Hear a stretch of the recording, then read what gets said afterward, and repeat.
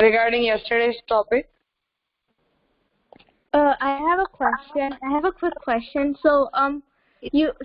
You have explained that in the Nyaya school of Vedanta, they believe that there are four varieties of abhavas. So, does Sri Vallabhacharya consider that there are different prakars through which Brahma can conceal or do the tirobhav of the universe?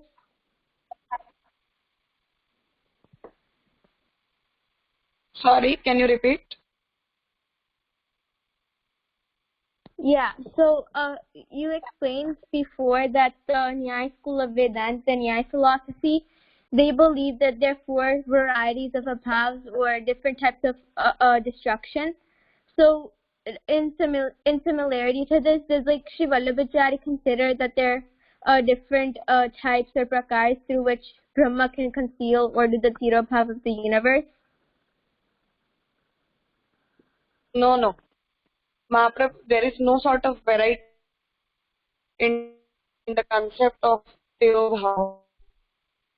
Tirobhav means that Bhagavan just conceals everything in his own form, and all the sentient and insentient beings in the universe will go back to the Sat and Chet attribute of Brahma. No sort of variety is found there.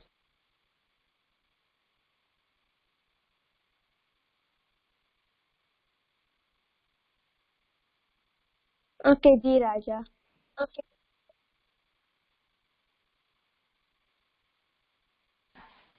Anything else? Yeah, I also had a question. Yes. So yesterday we learned that, like, according to Sri Mahaprabhuji's theory, everything is just manifestation and concealment, which is known as Avirbhav and Tirobhav. And this is like understood with the example of water. So, like, when the water gets boiled, it changes form into the water vapor. So is this like similar to the theory of Avikrit Parinamvad, in which like the gold, it turns into the gold ornaments when it gets melted? So this is since it like possesses the original characteristics, the gold ornament can turn back into gold once you melt it. So this is essentially happening because like whenever an object has an effect on it, if it remains the original characteristics, then it can turn it back into the original form. So is this like similar to the theory of Avikrit Parinamvad? Yeah, Avikrit Parinamvad and the theory of Avirbhav and Tirobhav, both these are helpful to each other. They both are supporting each other. Without accepting the theory of Avikrit Parinamvad, we cannot justify Avirbhav and Tirobhav.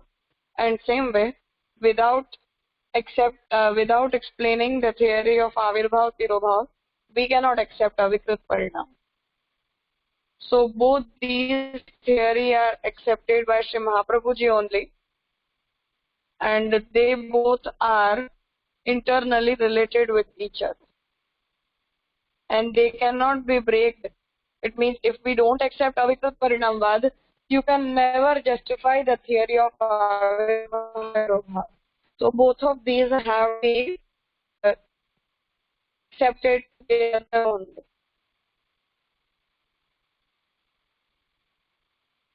Okay, so like if that's the case, then like what about the objects that cannot turn back into the original form? So for example, when you burn a cloth, like the result is its ashes. The ashes cannot turn back into the cloth. So I know this is also similar to the theory of Vikrit Parinamvad, and you have like explained before that Sri Mahaprabhuji does accept the theory of Vikrit Parinamvad in relation to worldly objects, but he does not accept it in relation to like related to like Brahma. So is this also the case for that? Is this also the case that Mahaprabhuji accepts Vikrit Parinamvad for this example of the cloth and the ashes?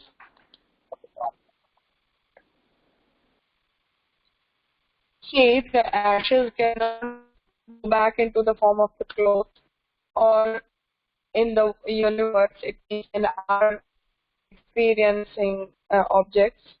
The curd cannot be changed back into the form of the milk. So in world we do have many such examples in which we find a Vikrit Parinam, but ultimately it may be curd or it may be the milk. cloth or the ash. All these are the form created out of the Sat attribute of Brahma, because the Sat attribute means to exist. Nothing can exist without Brahma. It means that because of being a part or because of being created out of the Sat attribute of Brahma, we can exist. We do have the attribute of existence. So, in spite of being Vikrit Parinamvad, all these are the formats, the different formats of Sat attribute of Brahma only. In that sense, these are Avikrit Parinam. As the Sat attribute of Brahma is considered here as the material, and all the objects of this universe are considered as the effect. So in that case, everything has to be Avikrit Parinam.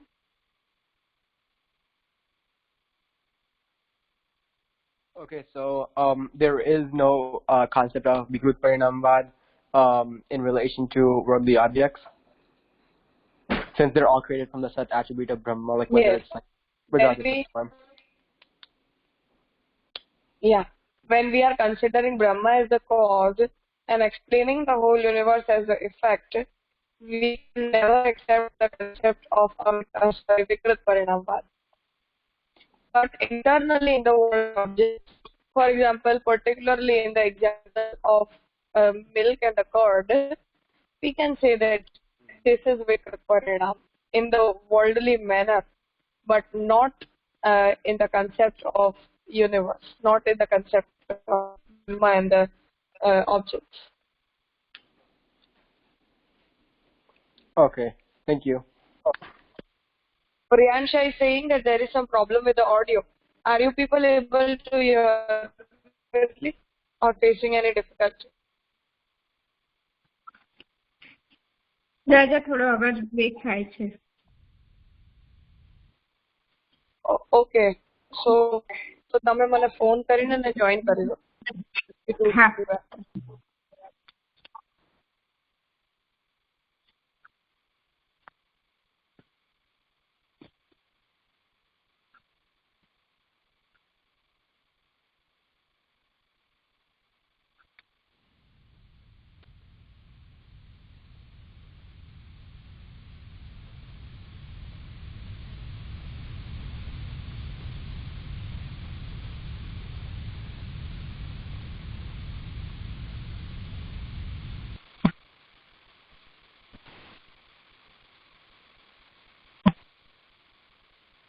G Raja. Fine.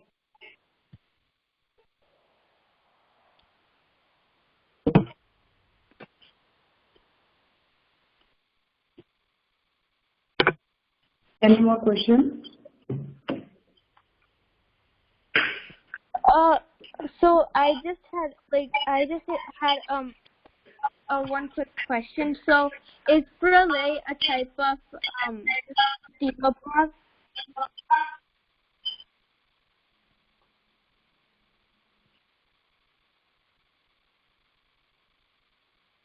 Yeah, I'm able to hear echo. I'm not able to hear you properly. I asked.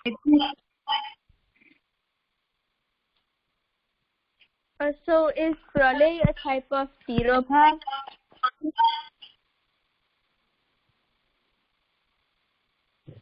Sorry, can you repeat?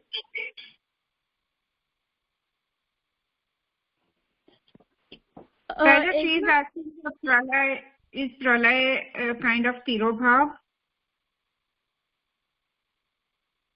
Yes, yes. Bhagavan conceals the whole universe in his own form during the pralay, the final destruction.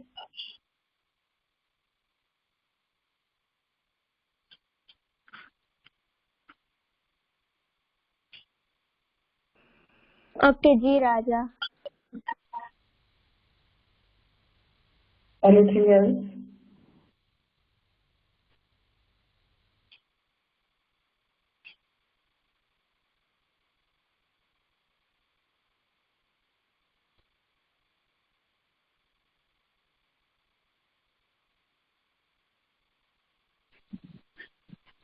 Fine.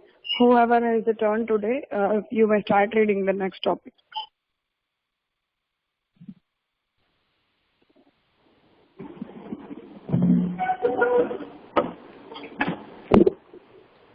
Wait, I have one question. Who has the turn to read the topic today? You may start reading. Raja, I think Vanshika is asking a question. Okay. Yes, you may. So if the universe is concealed within Bhagwan, does that mean like the universe like didn't exist before so before like the universe was created within Brahma's own attributes, can we say that the universe didn't exist before? No. In the theory of Avirbhav and Tirobhav, as we say that the universe was existing, or universe will be existing after the pralaya, because Bhagavan will conceal the universe in his own form.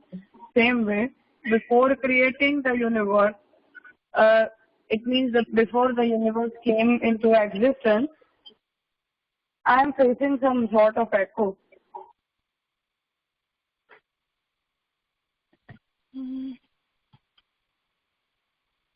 Okay. So before Bhagavan created the universe or the universe came into existence, universe was existing in the form of Bhagavan. So same way as after the destruction, after the pralaya, universe will be concealed in the form of Bhagavan. Same way before manifestation, universe was existing in the form of Brahma. So for example, when the pot is not created, the condition in which pot is not created, and the potter gets the clay with him. So while getting the clay, the potter will be clear that he is going to create the pot out of that clay. So while doing so, as he is able to imagine the form of the pot in the clay, this is what the manifestation will mean. It means that the pot is not available in the causal form, but the pot is available in its causal form, in the form of the clay, not in the form of an effect. So when the potter will be providing the shape to the clay, we will be having the pot as its effect.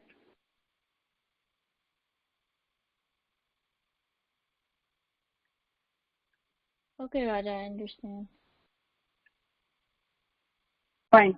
Aristotle, the Western philosopher, he says that this is in this example, or in the universe, there are many types of causes. Among those, he says that the purpose is also a cause, and the idea, mentally, the idea which we are having in our mind regarding creating anything out of the material we have in our hands, even it can be considered as a cause. So this is a sort of an idea. It means when I am having the clay in my hand, I will be clear that I want to create this.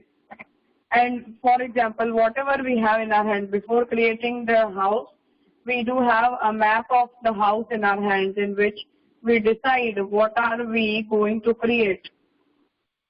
So as we have idea in our mind, we have some purpose for creating some objects in our mind even before the object exists in its real form. Even before the house exists in its real form, we do have the idea of the house in our mind, we do have the purpose of the house in our mind.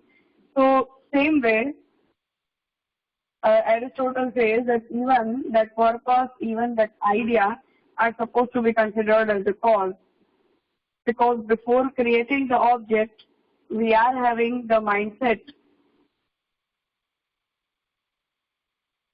of creating some particular object out of that.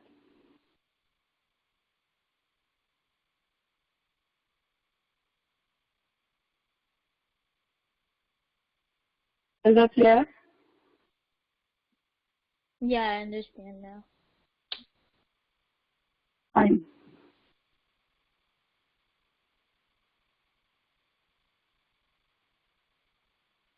Anything else?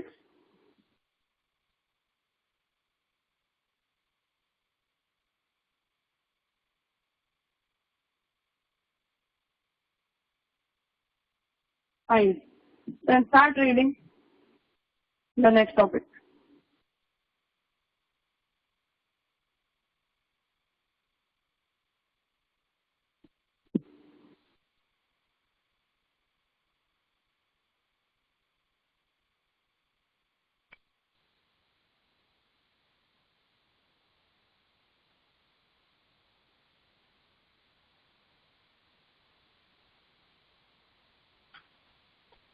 Arnav, we are not able to hear you.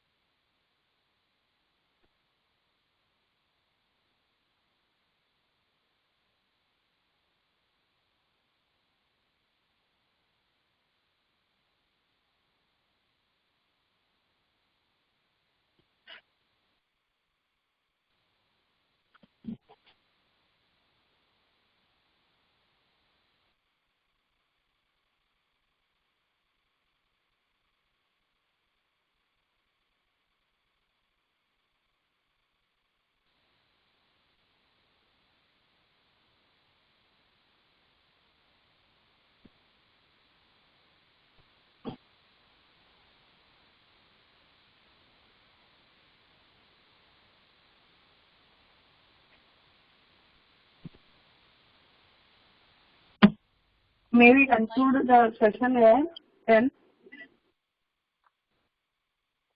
Okay, Raja. Sure.